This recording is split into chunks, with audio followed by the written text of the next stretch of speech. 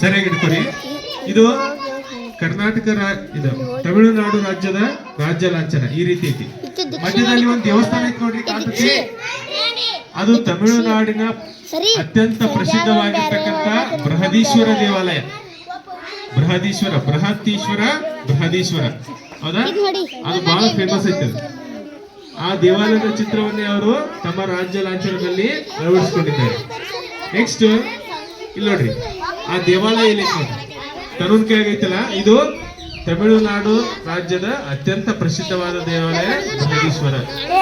ಇಲ್ಲಿ ತಮಿಳುನಾಡು ರಾಜ್ಯ ಯಾವ ರೀತಿ ನಕ್ಷೆಯಲ್ಲಿ ಕಾಣ್ತದಂತ ಹೇಳ್ಕೊವಿ.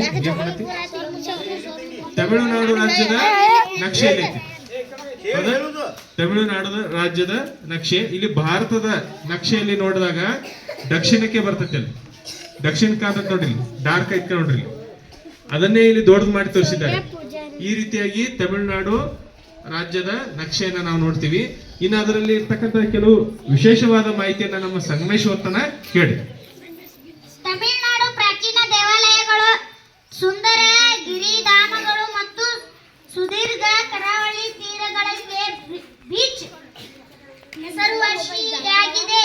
ಊಟಿ ಮತ್ತು ಕೊಡೈಕೆನಾಲ್ ನಂತಹ ಗಿರಿಧಾಮಗಳು, ಮಧುರೈ ಮತ್ತು ತಂಜಾವೂರಿನ ದೇವಾಲಯಗಳು, ಕನ್ಯಾಕುಮಾರಿ ಸಂಗಮ ಮತ್ತು ಮಹಾಬಲಿಪುರಂ ಕಲಾಕೃತಿಗಳು ಇಲ್ಲಿನ ಪ್ರಮುಖ ಆಕರ್ಷಣೆಗಳಾಗಿವೆ. ತಮಿಳುನಾಡಿನ ಪ್ರಮುಖ ಪ್ರವಾಸಿ ಸ್ಥಳಗಳು ಇಲ್ಲಿವೆ. ಗಿರಿಧಾಮಗಳು ಇಲ್ಲ,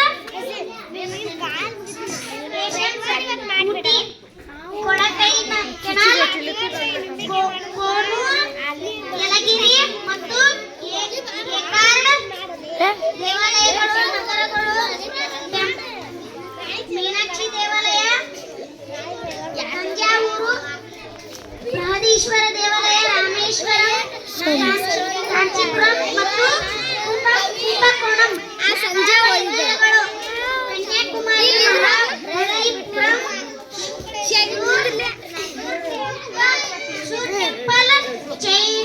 ಚೆನ್ನೈನ ಮರೀನಾ ಬೀಚ್ ಮತ್ತು ತೂತುಕುಡಿ ನಿಸರ್ಗ ಮತ್ತು ವನ್ಯಜೀವಿ, ವೈಲ್ಪಾರೈ ಚಹಾ ತೋಟಗಳು, ಮೈಲ್ ಕಾಡು ಮತ್ತು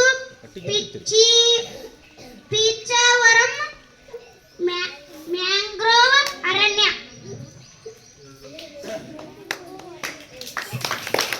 ನೋಡಿ, ಅತ್ಯಂತ ಪ್ರಕೃತಿ ಸಂಪತ್ತಿನಿಂದ ಸಿರಿವಂತಿಕೆಯಿಂದ ಕೂಡಿರುವಂತಹ ರಾಜ್ಯ ತಮಿಳುನಾಡು. ಹಲವಾರು ಗಿರಿಧಾಮಗಳಿವೆ.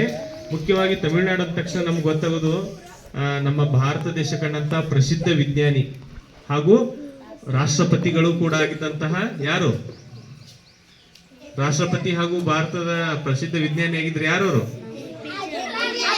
ಡಾಕ್ಟರ್ APJ ಅಬ್ದುಲ್ ಕಲಾಂ ಅವರ ರಾಜ್ಯ ಅದು, ತಮಿಳುನಾಡು ರಾಜ್ಯದವರು.